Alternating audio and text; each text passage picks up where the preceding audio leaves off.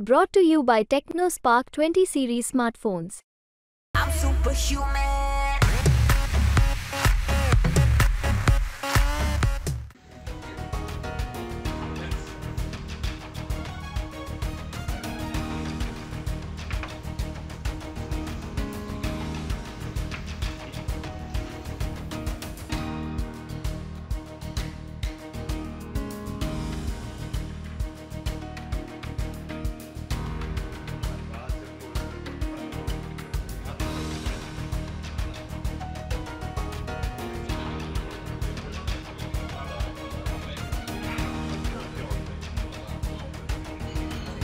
उमेदवार सुनेत्रा पवार यांच्या प्रचारासाठी आज सांगवीमध्ये उपमुख्यमंत्री अजित पवार यांची सभा झाली आणि सभेनंतर भाजपचे ज्येष्ठ नेते चंद्रराव तावरे यांच्या भेटीसाठी अजितदादा आले होते।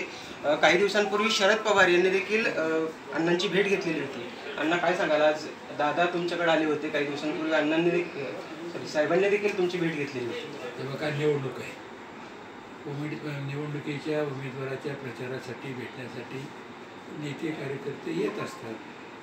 पवार साहेब आले, आता अजितदादा आले, पण दोन भेटीमधला फरक जाणवतोय। खुर्च्या त्याच आहेत, शेजारी पवार साहेब होते, आज दादा होते। त्यावेळी मात्र दार बंद होतं, बंद दारावर चर्चा झाल्याची चर्चा सुरू झालेली होती। आज दादांनी खुली चर्चा तुमच्याशी चर्चा केलेली आहे, दरवाजा देखील खुला होता। काय असतं, प्रत्येकाची स्ट्रॅटेजी आहे, लोकांना समोर ठेवायचं, लक्षात आलं काही वेगळं बसायचं काय। आमची चर्चा झाली नाही, आज मी काही चर्चा झाली। महायुतीचे उमेदवार सुनेत्रा पवार यांच्यासाठी तुम्ही सक्रिय झाला आहात, तालुक्यात गावोगावी सभा घेत आहे, त्यामध्ये रंजन काका असतील, बाळासाहेब भाऊ असतील आणि तुम्ही संयुक्त सभा घेत आहे। काय आवाहन करताय लोकांना, काय कशा पद्धतीने लोकांना मतदारांना जागृत करता? त्याचं असं आहे की मोदींनी या 10 वर्षामध्ये देशाच्या सर्वसामान्य जनतेसाठी, शेतकऱ्यासाठी, शेतमजुरासाठी काय केलं ते आम्ही गावोगावी जाऊन सांगतो आणि पुढं आपल्याला ते काय करणार आहेत हे सांगतो आणि मोदींच्या विचाराच्या उमेदवाराला निवडून द्या अशा पद्धतीचं आवाहन आम्ही मतदारांना करत असतो। मुख्यमंत्री आणि उपमुख्यमंत्री देवेंद्र फडणवीस यांच्या उपस्थितीत तुमची संयुक्त बैठक झाली पुण्यामध्ये, त्यानंतर तुम्ही सक्रिय झाला। त्या बैठकीमध्ये नेमकं काय ठरलं, कुठल्या मुद्द्यांवर चर्चा झाली ज्यामुळे भाजपचे आणि राष्ट्रवादी काँग्रेसचे कार्यकर्ते जे आहेत ते एकत्र प्रचार करताना पाहिले जाते, त्या माध्यमातून तुमचे प्रश्न सुटलेत का? जे आमचे वैयक्तिक काय काम नव्हतं, आमची जी कामं होती ती सार्वजनिक कामं होती, तालुक्यातली कामं होती, सर्वसामान्य जनतेची कामं होती, जी काही कामं अडून पडली होती ती सोडवण्याच्या दृष्टीने आम्ही त्यांच्याशी चर्चा केली। देवेंद्र फडणवीस साहेबांनी सांगितलं की आम्ही तुम्हाला तुमचा पालकत्व स्वीकारतो, तुमचे काय प्रश्न असतील ते सोडतो।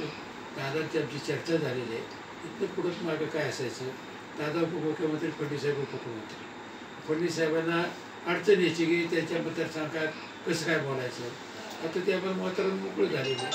जे काय चुकीचं असेल ते फडणवीस साहेबांना सांगू शकतो, ते अजितदादांना सांगू शकतात आणि आमचे प्रश्न मार्गी लागू शकतात। 7 तारखेला जी निवडणूक होणार आहे, मतदारांना काय आवाहन कराल तुम्ही? काही नाही, मोदींना जो उमेदवार पाठबळ देईल, मदत करेल, पाठीशी उभं राहील, मतदान करेल, अशा उमेदवाराला आपण सगळेजण मत घेऊया आणि देश पुढे घेऊया, एवढं तुला आवाहन करणार। निश्चितपणे मोदी यांना तिसऱ्यांदा पंतप्रधान करण्यासाठी जो उमेदवार, जो खासदार आपलं मत देऊ शकेल अशा उमेदवाराला मतदान करण्याचं आवाहन चंद्रराव तावरे यांनी केलेलं आहे। कॅमेरामॅन तेजस्वी वसंत मोरे, मुंबई तक, बारामती।